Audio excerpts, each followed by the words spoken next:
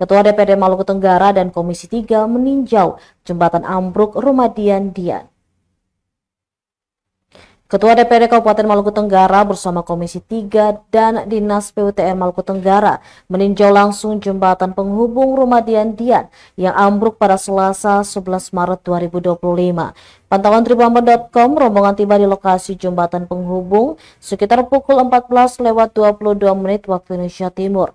Ketua DPRD Maluku Tenggara Stefanus Layanan langsung berbincang-bincang dengan warga setempat menyoal kronologi kejadian hingga dampak ambruknya jembatan penghubung itu.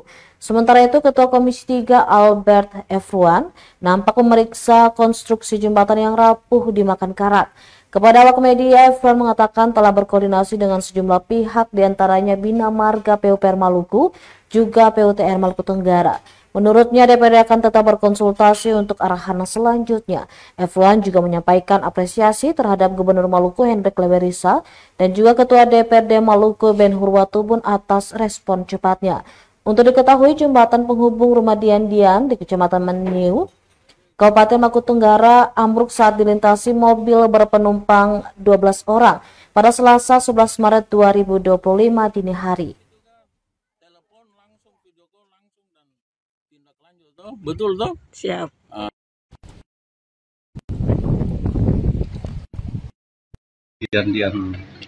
Dian darat. Sekitar 1 minggu kemarin saya sudah melakukan RDP dengan Dinas PUTR berkaitan juga dengan ruas jalan Dian darat ke Dian Pulau. Karena ini berkaitan dengan sirkulasi air untuk kepentingan rumput laut di Letuan, Ebu dan sekitarnya.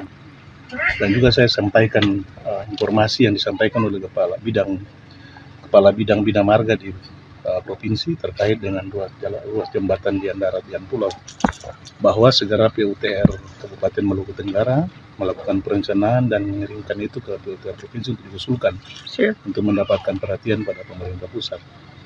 Nah, kami mendengar informasi tadi malam bahwa jembatan Rumah Dian kemudian Dian darat roboh, dan kemudian tadi saya sekitar jam 11 melaporkan ke Ketua DPRD untuk kita meninjau lokasi, karena ini berhubungan juga dengan Komisi 3 dalam proses kemitraan bersama dengan PUTR.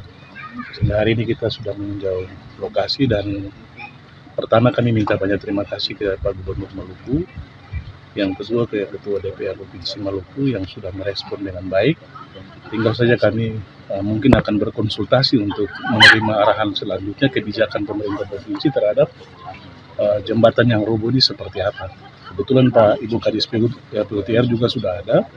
Tadi saya sudah tanyakan ke beliau bahwa arahan Kepala Dinas PUTR provinsi seperti apa.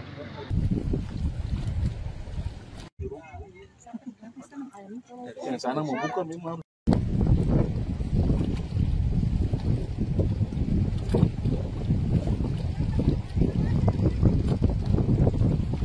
Download Tribun X sekarang, menghadirkan lokal menjadi Indonesia.